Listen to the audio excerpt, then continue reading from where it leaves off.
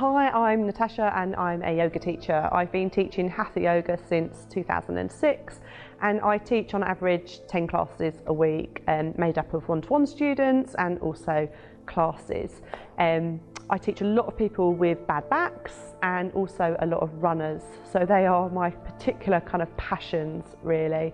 And I really believe in how yoga can help you mentally as well as physically. So enjoy the videos. There are lots to choose from and hopefully you can kind of do a couple at a time. Thank you.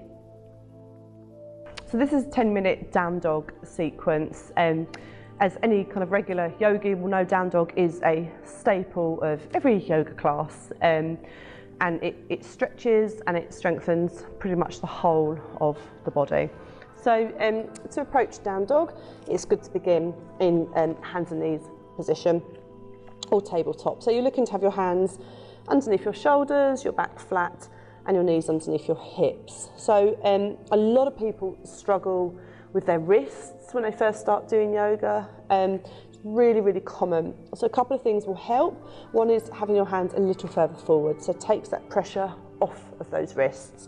The other thing is making sure your hand is stretched. Okay, so really kind of stretch out your fingers so your hand is flat on the floor. Okay, so that will distribute the weight and make it much, much easier. If that's still uncomfortable for you, then you can roll your mat a couple of times, put the heels of your hands on the mat and your fingers on the floor. So again, that will adjust and make it much more comfortable for you. Okay, so to get up into down dog, tucking the toes under, inhaling, and with exhalation, up we come. Okay, so I like to begin the class by keeping the knees slightly bent, and the reason for that is we can focus on the strong hands, the straight arms, and the lifting of the hips. Okay, so keeping those knees bent will allow that to happen, and then maybe pedaling the heels down towards the floor. So this will just stretch the back of the legs. And trying to make sure here that your feet stay facing forwards. And I'm going to just pause and straighten the legs if you can. So again, what sometimes happens for some people is as soon as their legs are straight, their back's rounding or it's not so comfortable. So if that happens to you, if there's a back issue, then just keep your hips high and your knees slightly bent instead. Don't worry about the heels being flat on the floor, most people's aren't. Again, if your heels are flat but it's hurting through your back, just keep the knees soft or just lift your hips a little bit higher. Okay, so we just want to be comfortable in this position. We're holding the breath, so focus in here if you can on breathing in and out through your nose and maybe conscious of your tummy lifting.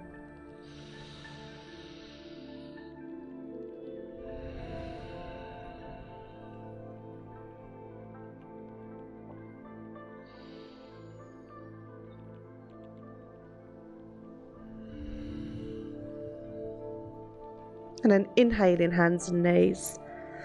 And exhaling, just pushing your hips back onto your heels. So generally adults prefer knees wider, okay? So it's generally kind of nice and comfortable, kind of to do a slightly adapted version of child's pose. So knees wide.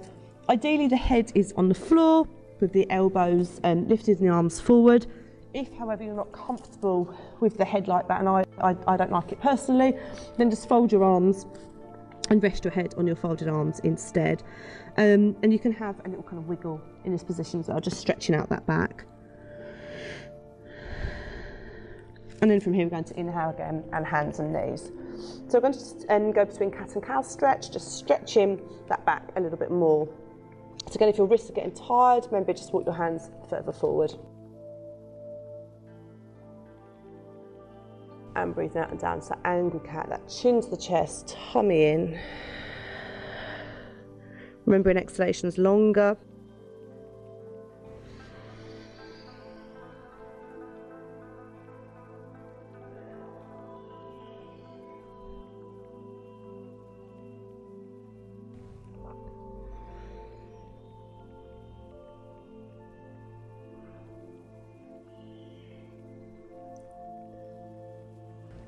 And again, just pausing nice flat back, toes under, and exhale. And down dog again. So again, just holding here Focus on your breath. You might find that your heels kind of drop lower on the second time, they might not, doesn't matter either way.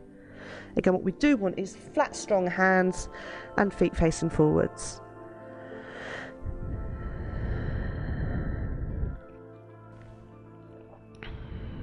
And again, inhaling hands and knees, and exhaling, pushing the hips all the way back again. Again, fold your arms as appropriate.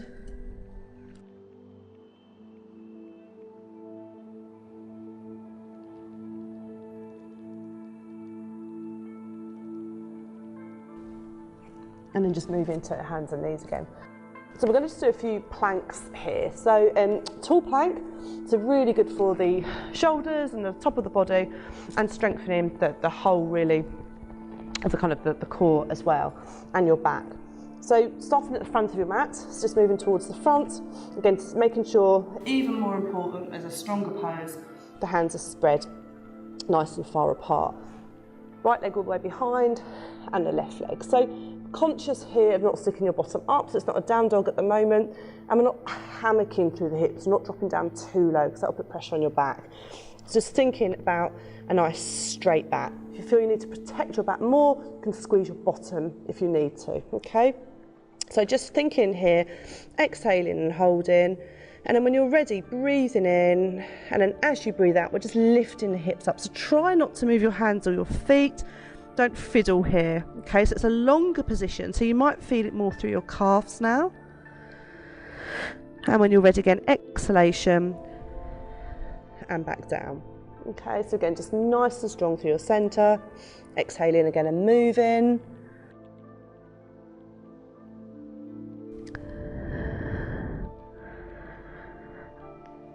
And exhaling. And back down. Remembering we're breathing in between, okay, so don't hold your breath, you'll find it much harder. Final time, exhaling back up. Remember to breathe. And again, inhale, exhale, and back into plank. Let's take a moment here, if we can, strong through your centre. When you're ready, inhale, hands and knees, and exhaling, pushing your hips all the way back.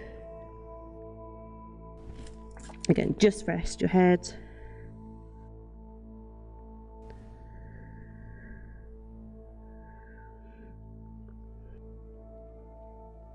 And coming up when you're ready.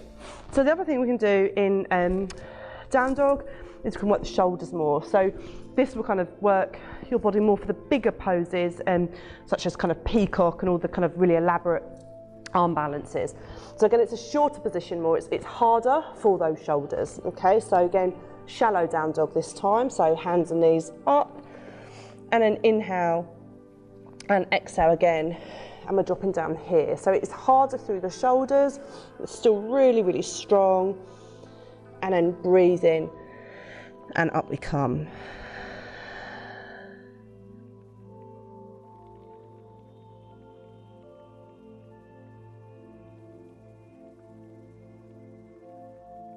And back up.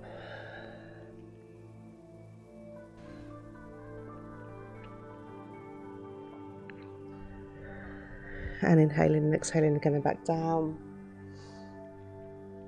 And back up.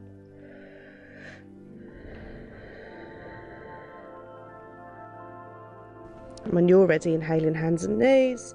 And again, exhaling, just pushing back. So it's nice just to, again, just have that rest. You might find now, as we've done quite a lot of kind of shoulder and wrist work, that you want to just stretch your wrists out. So just kind of rotate your wrist is nice, or literally just linking your fingers and stretching like so.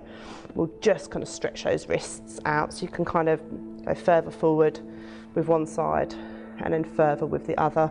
To also build up strength in your forearms, just literally just squeezing your hands as well, just make your arms stronger, so it might take the pressure off your wrists when you're doing those. And we're just finished with a final down dog here. So go nice and strong through your centre. And we're going to take the toes so they're mat width apart now, so just stretch your calves a little bit more and release your sacrum, your lower back. So we're inhaling and exhaling, and up we come. So strong feet, straight feet, strong hands. You might feel that extra stretch down your kind of lower back.